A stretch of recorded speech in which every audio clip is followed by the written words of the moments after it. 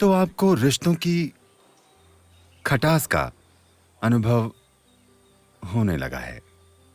निश्चित रूप से हर कोई रिश्तों की मिठास को भी जानता है, मगर काफी सारी खटास भी होती है। दुर्भाग्य से आज हमने इसे भी पश्चिम से अपनाया है कि जब आप रिश्ते की बात करते हैं तो लोग आमतौर पर शरीर पर आधारित रिश्तों के बारे में सोचते हैं, या किसी ना किसी रूप में उसे एक पुरुष और स्त्री के बीच का रिश्ता माना जाता है, या कुछ और, मगर मुख्य रूप से शरीर पर आधारित रिश्ता नहीं। रिश्ते कई प्रकार के हो सकते हैं। अगर उन रिश्तों का आधार शरीर है तो आमतौर पर एक दूसरे के शरीर को लेकर रोमांच कुछ समय बाद खत्म हो जाता है। जिसे आपने सबसे कमाल का समझा था वो कुछ समय बाद सबसे कमाल का नहीं रह जाता। आपके लिए इससे बाहर निकलना स्वाभाविक है। जब लोगों को साथ लाने वाला मुख्य आकर्षण एक तरह से पिघलने लगता है, तब कारण समझे बिना वे एक दूसरे के साथ बुरा बर्ताव करने लगते हैं, क्योंकि मूल रूप से ऐसे रिश्ते का मकसद दूसरे व्यक्ति से मिठास खींचना, दूसरे व्यक्ति से खुशी निचोड़ना होता है। अगर आप किसी से खुशी निचोड़ने की कोशिश करेंगे तो कुछ समय बाद आप पाते हैं कि जब उससे वही नतीजे नहीं निकलते जैसे शुरू में निकलते थे, तो रिश्ते में कुछ कड़वाहट आ जाती है।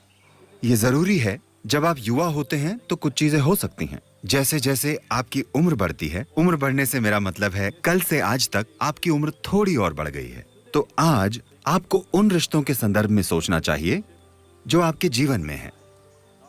जरूरी नहीं कि वे जैविक रिश्ते हों। किसी भी प्रकार का रिश्ता जो आपके जीवन में है, कि क्या वो रिश्ता खुशी की आपकी अभिव्यक्ति पर आधारित है, खुशी निचोड़ने पर नहीं।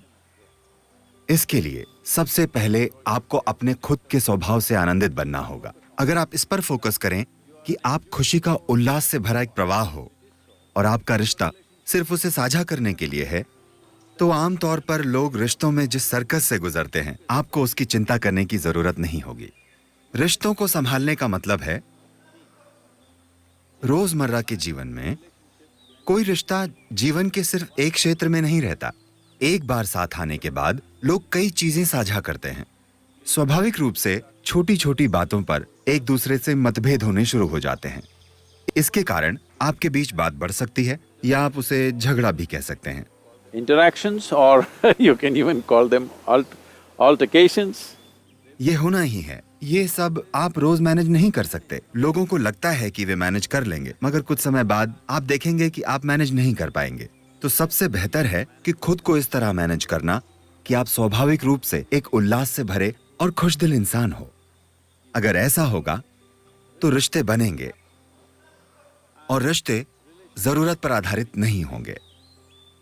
जब रिश्ते जरूरत पर टिके होते हैं तो अपनी जरूरत पूरी न होने पर आप चिड़चिड़े बन जाएंगे, आप शिकायत करना शुरू कर देंगे, और आप कड़वाहट महसूस करने लगेंगे कि जो आपको मिलना चाहिए था वो नहीं मिल रहा है। अगर आप अपने अंदर इस जरूरत को खत्म कर दें और खुशी का एक कुदरती सैलाब बन जाएं, अगर ये एक चीज आप कर सकें, तो हर तरह के लोगों के साथ आपके शानदार रिश्ते हो सकते हैं, चाहे वे जो भी हों। जरूरी नहीं है कि वे आपके जैसे हों। हर तरह के लोगों के साथ आपके बढ़िया रिश्ते हो सकते हैं। मैं कामना करता हूं कि आपके जीवन में सबसे खूबसूरत रिश्ते बने।